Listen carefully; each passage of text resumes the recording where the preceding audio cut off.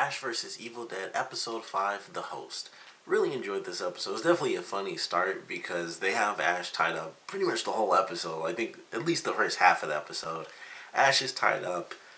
All we hear from him is just muffled swearing. I think those pretty much the first probably 10 minutes. Like I said, he was tied up pretty much half the episode. So the first 10-15 minutes of him on screen was seriously just him swearing under under being muffled, which I thought was really funny. And I liked it when they did it in the promo, but I didn't think it lasted the entire time. And he's in the background talking. They're like, "Oh, this and this." He's like, He's like, "Yeah, that's right." And it was just really funny to me, and I kind of loved the way that they played that because you could tell what he was saying, but it was they were totally ignoring him because you could easily hear what he was saying, but it was they couldn't, and it just made it even better because it's he's I'm not possessed, I'm, she's effing lying and this and that. And I was like, this is really cool because we can pretty much make out exactly what he's saying. And it was just really fun. I was like, this is just really good. I love how they're playing it. And then we go through the episode, and I think this was a really good episode for Pablo because it was sad by the end, but he does kind of really step up in this episode. And I like that. It was a really cool thing. That's what I was hoping for when I saw the preview, because I was like, this seems like it's going to be kind of a Pablo type of episode. And it certainly was, because Kelly's possessed, so it's not really about Kelly. She's in it because she's possessed, but it was really about Pablo and him dealing with all this stuff. And then, kind of after they all figure out that Kelly's the one that's possessed, then it becomes him trying to save her, because of course we've known that he cared about her from the beginning. And he tells this really crazy story where she sneezed on him and stuff, and he was like, "I wanted to be with you since then, from that moment on." That was really funny. But he actually fights against a Deadite, who's inside of Kelly, so he can't kill her. They had a really good moment where the monster was trying to trick Ash, and I love that because that's very similar to stuff that they would do in the movies. And it was like, oh, it's it's her, and then she said something that, and I couldn't remember exactly what it was. It was that she wanted a cross on her grave, and it was like, she's Jewish, and then the demon starts laughing, and it's like, he almost got Ash. And I was like, that was a really cool moment because it seemed really sad and everything, and it was like he was going to do that because he wanted to put her out of her misery. And I was like, that was a cool moment where he was going to do that. And I was glad that they didn't kill her, because I was like, I know it's only 10 episodes. I figured that no one was going to die from the main cast. But this episode admittedly had me worried a little bit. I was like, I highly doubt it, but they could. I really don't know. I haven't... Pretty much all the previews were the first 2 episodes. So I really didn't know. And I was like, I'm kind of just assuming here, but I'm pretty sure they don't kill off one of the members of the trio. So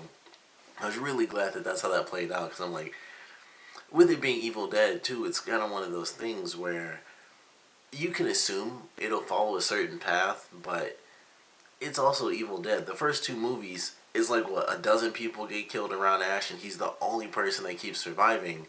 So it was like, I don't know if they're going to do that again, but fortunately they don't take that route, so I'm very happy with that because I like our little trio. But it was a really cool episode for Pablo because he deals with a lot in this episode. He deals with having to kind of face this demon and try to have it take over him so that he can save Kelly.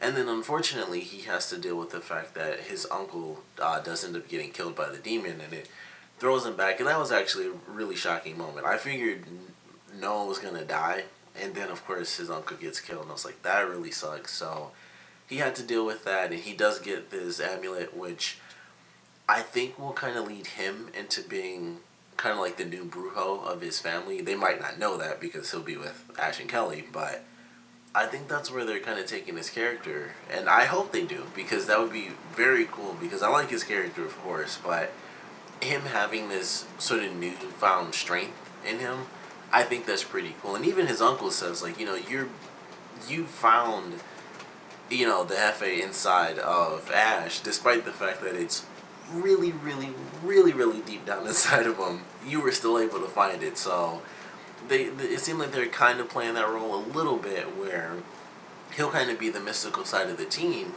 and it'll be kind of, Ash will take on, the role that he's always taken on, where he doesn't exactly know the mystic side of things, but he'll just cut something's head off with a chainsaw, or he'll just destroy its head with a shotgun blast, plain and simple. And Kelly will kind of be the in between, and then so you have like Ash on one end, and then Pablo on the other end, and then Kelly's kind of in between where she'll get into the action, but she'll also help Pablo with some of the mystic stuff.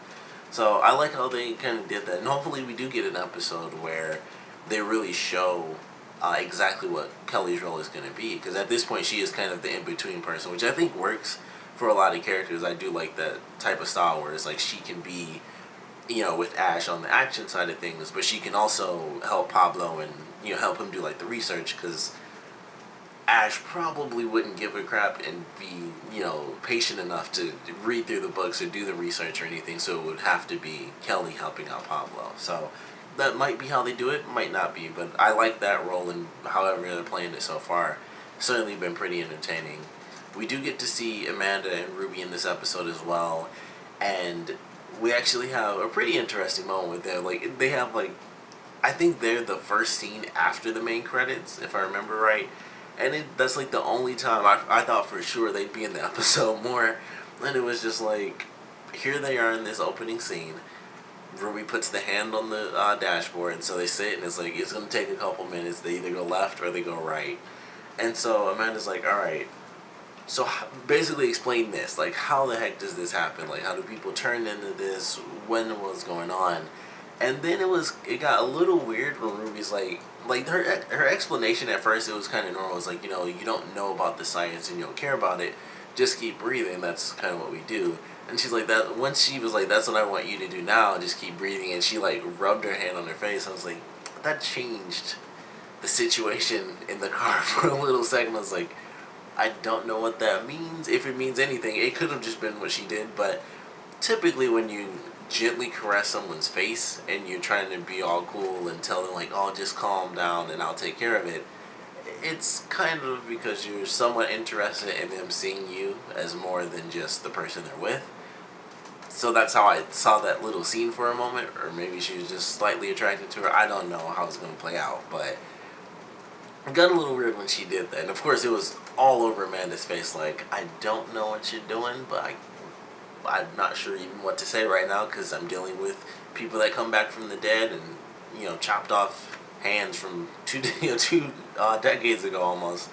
So I'm not sure what to do in this situation. So it was a pretty interesting scene, and then that was pretty much it. And it was like the hand points left, which I thought was actually kind of cool, because I didn't think it would actually just like full on point. I thought it would kind of twitch a little bit like that and slightly turn, but it full on point. I was like, oh, that's actually a little bit cooler than I was expecting. So was surprised that they weren't in the episode as much, but they appear to be in it a lot in the next episode. At least Amanda was in it because she actually caught up with Ash.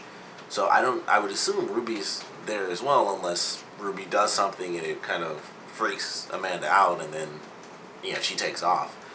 So she's gonna be in the next episode for sure. I would assume Ruby is. I believe they're both driving up to the camp, but I'm looking forward to the next one. This is a fun episode. I'm really looking forward to seeing how they establish and grow both Pablo and Kelly, because I think Ruby and Amanda, honestly, despite the fact that they've had the least screen time, pretty much are set based off of what we've seen from them, because Amanda had like a giant opening scene in the first episode, and this is her character and her storyline.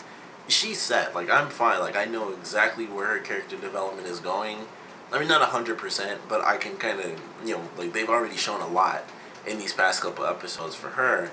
And with Ruby, she's tied to the actual first two films, so it's like, well, that just automatically does it right there. It's like, you can just clump that lore right onto her, and the years she spent mourning the loss of her family and just all the chaos that came out of the Deadeye Plague.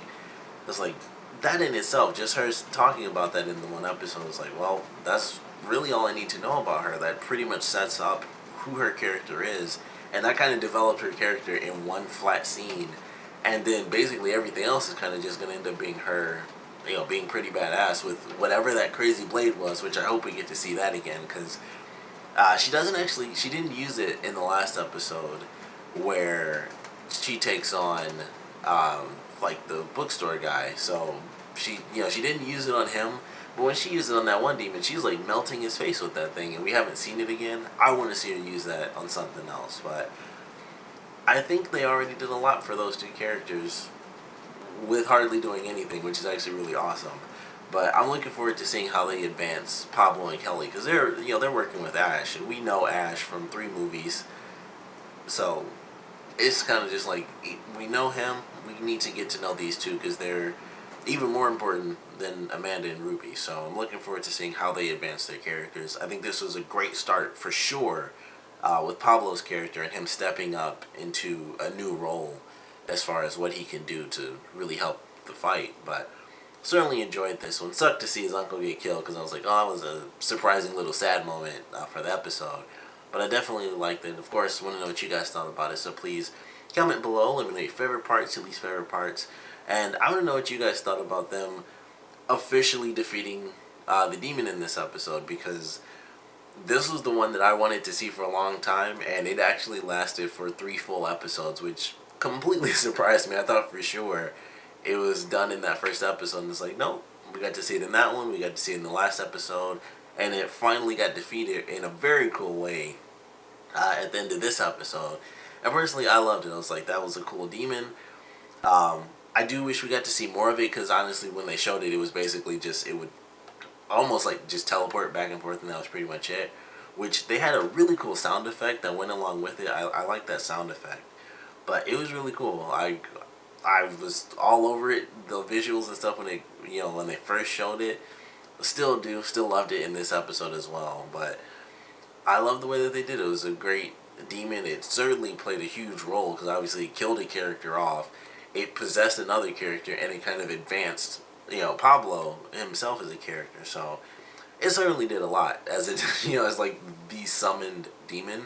So that was actually very awesome. But I want to know what you guys thought about the demon as a whole, and also the way it got defeated, because I loved that. Nash just throwing it up, shoot first, question never. If I believe that's how he phrased it, but certainly loved it. Like I said, though, want to know what you guys thought, so please comment below, let me know, and thanks for watching.